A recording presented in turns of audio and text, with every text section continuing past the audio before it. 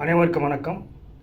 US அதிபர் Trump இந்தியாவுக்கான புதிய தூதராக தனது வலதுகரமாக விளங்குகின்ற தனது மிகவும் நம்பிக்கைக்குரிய ஜெர்ஜில் கோர் என்பவரை நியமனம் செய்துள்ளது மிகப்பெரிய அதிர்ச்சியை ஏற்படுத்தியுள்ளது.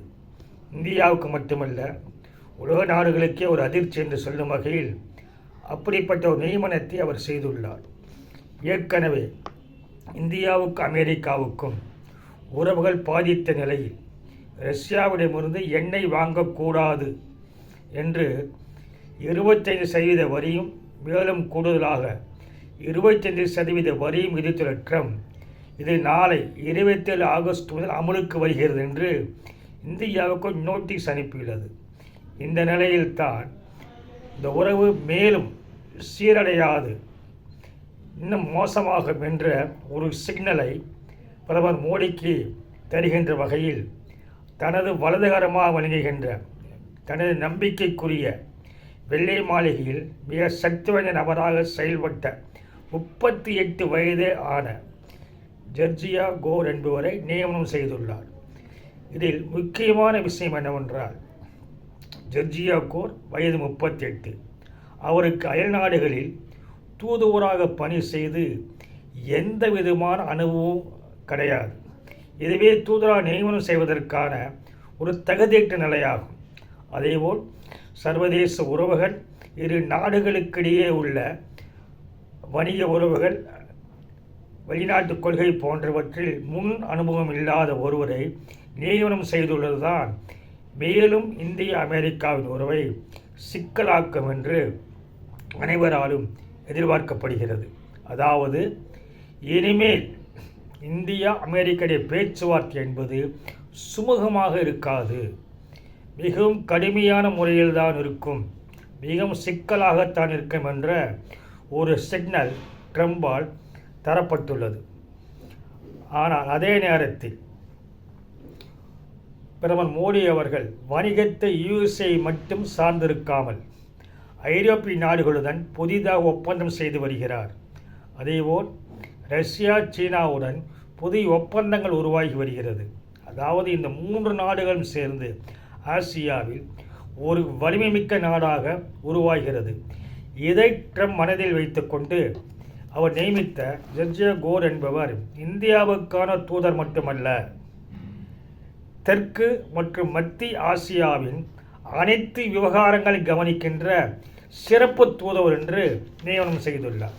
இது எந்தெந்த நாடுகள் வருகிறது என்றால், இந்தியா, பாகிஸ்தான், ஆப்கானிஸ்தான், வங்கதேசம், பூட்டான், கஜகஸ்தான், கிர்கிஸ்தான், மாலத்தீவு, நேபாளம், ஸ்ரீலங்கா, தஜிகிஸ்தான், துர்க்மெனிஸ்தான் என்று அனைத்து நாடுகளுக்கும் அந்த விவகாரத்தில் இவர் சிறப்பு தூதுவராக நியமித்துள்ளார். அதாவது ஒரே நபருக்கு 2 பதவிகள் தரப்பட்டுள்ளன. ஒன்று இந்திய தூதராக பணியும், மற்றொன்று தெற்கு மத்திய ஆசியா விவகாரத்தில் சிறப்பு தூதுவர் என்றும் முக்கியத்துவம் தரப்பட்டு இந்தியாவுக்கு அனுப்பப்படுகிறார்.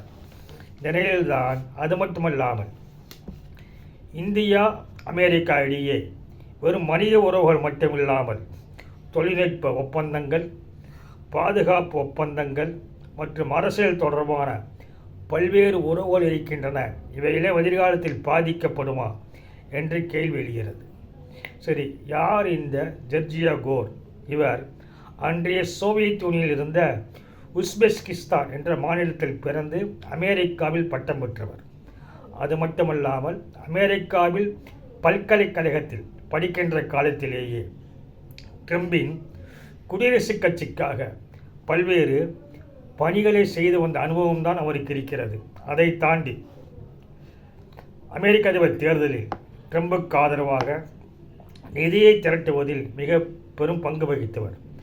பின்னர் ட்ரம்புக்கு ஆதரவாக பல்வேறு புத்தகங்களை எழுதி அதை வெளியீட்டு நிறுவனமாகவும் அவர் செயல்படுத்தி வந்துள்ளார். இதன் பிறகு ட்ரம்புக்கு மிகவும் நெருங்கிய நண்பரான பிறகு ட்ரம்ப் அவர்கள் வெள்ளை மாளிகையில் தனக்கு உதவி செய்ய வேண்டும் என்பதற்காக பிரசிடென்சியல் பர்சனல் ஆஃபீஸின் இயக்குநராக நியமித்தார். அதே வேளையில் எலன் மாஸ்க்கும் அங்கே டோஜ் என்ற அமைப்பில் பணியாற்றினார். இருவருக்கும் இடையே நடந்த மோதல் மிகவும் முக்கியமானது. இதில் யார் வலிமையானவர்கள் என்பது ட்ரம்ப் முடிவை செய்தது மிகப்பெரிய ஆச்சரியமாகும். காரணம் என்னவென்றால், பல்வேறு நியமனங்களை ஜார்ஜியா கோர் செய்ய வேண்டும். அப்படி செய்கின்ற பொழுது செக்யூரிட்டி கிளியரன்ஸ் பேப்பர் ஒர்க் இவர் செய்யவில்லை என்று ட்ரம்பிடம் புகார் தந்துள்ளார். இதை வெளிப்படையாக ஜார்ஜியா கோர் பேசுகின்ற பொழுது, எலன் மாஸ்க் அவர்கள் என்னை மிகவும் தரம் தாழ்த்த முயற்சி செய்கிறார் என்று வெளிப்படையாக விமர்சனம் செய்துள்ளார். ஆனால் எங்கே மோதல் வந்தது என்றால், எலன் மாஸ்க் என்பவர் ஸ்பேஸ் எக்ஸின் நிறுவன தலைவராக இருந்து வருகிறார். இந்த நிலையில் நாசாவுக்கு ஐசக் மேன் என்பவரை தலைமை அதிகாரியாக நியமிக்க வேண்டும் என்று எலன் மாஸ்க் பரிந்துரை செய்தார். ஆனால் இந்த ஐசக் மேன் யார் என்று ஜார்ஜியா கோர் அவர்கள் கண்டுபிடித்தார். அதாவது ஐசக் மேன் என்பவர் தாங்கள் சார்ந்த ரிபப்ளிக் கட்சியின் எதிர்க்கட்சியாக இருக்கின்ற ஜனநாயக கட்சிக்கு நன்கொடைகளை வழங்கியவர், நிதி உதவிகளை செய்தவர். இவரை நியமனம் செய்யக்கூடாது என்று ட்ரம்பிடம் சொல்ல ட்ரம்ப் எலன் மாஸ்கின் பேச்சை கேட்கவில்லை. மாறாக ஜார்ஜியா கோர் சொன்னதை நிறைவேற்றிவிட்டார். அதன்படி எலன் மாஸ்கால் பரிந்துரை செய்யப்பட்ட ஐசக் மேன் நியமனம் செய்யப்படவில்லை. இந்த நிலையில் கோபமடைந்த எலன் மாஸ்க் ஜார்ஜியா கோரை தனது சோசியல் மீடியா பக்கத்தில் ஸ்னேக் என்று அவரை கடுமையாக விமர்சனம் செய்தார். தற்போது எலன் மாஸ்க் டோஜ் என்ற அமைப்பில் அங்கு வேலை செய்யவில்லை. அந்த அளவுக்கு ஜார்ஜியா கோர் என்பவர் ட்ரம்புக்கு மிகவும் வலதுகரமானவர், மிகவும் சக்தி மிக்கவர். இதை குறித்து ட்ரம்ப் பேசியில் என்ன சொல்கிறார் என்றால், நான் நினைத்ததை தான் ஜார்ஜியா கோர் பேசுவார்கள். என்னுடைய அஜெண்டா என்னவென்று அவருக்கு தெரியும்.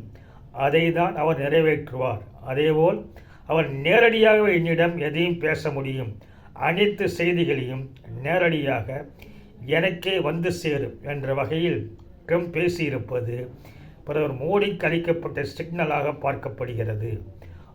இதையெல்லாம் தாண்டி பிரதமர் மோடி பல்வேறு வணிக ஒப்பந்தங்களை சர்வதேச அளவில் செய்து வருகிறார். அதேபோல டாலருக்கு மாற்றாக தங்கள் நாணயங்களிலேயே வணிகம் செய்ய வேண்டும் என்ற முயற்சியை செய்து வருகிறார்.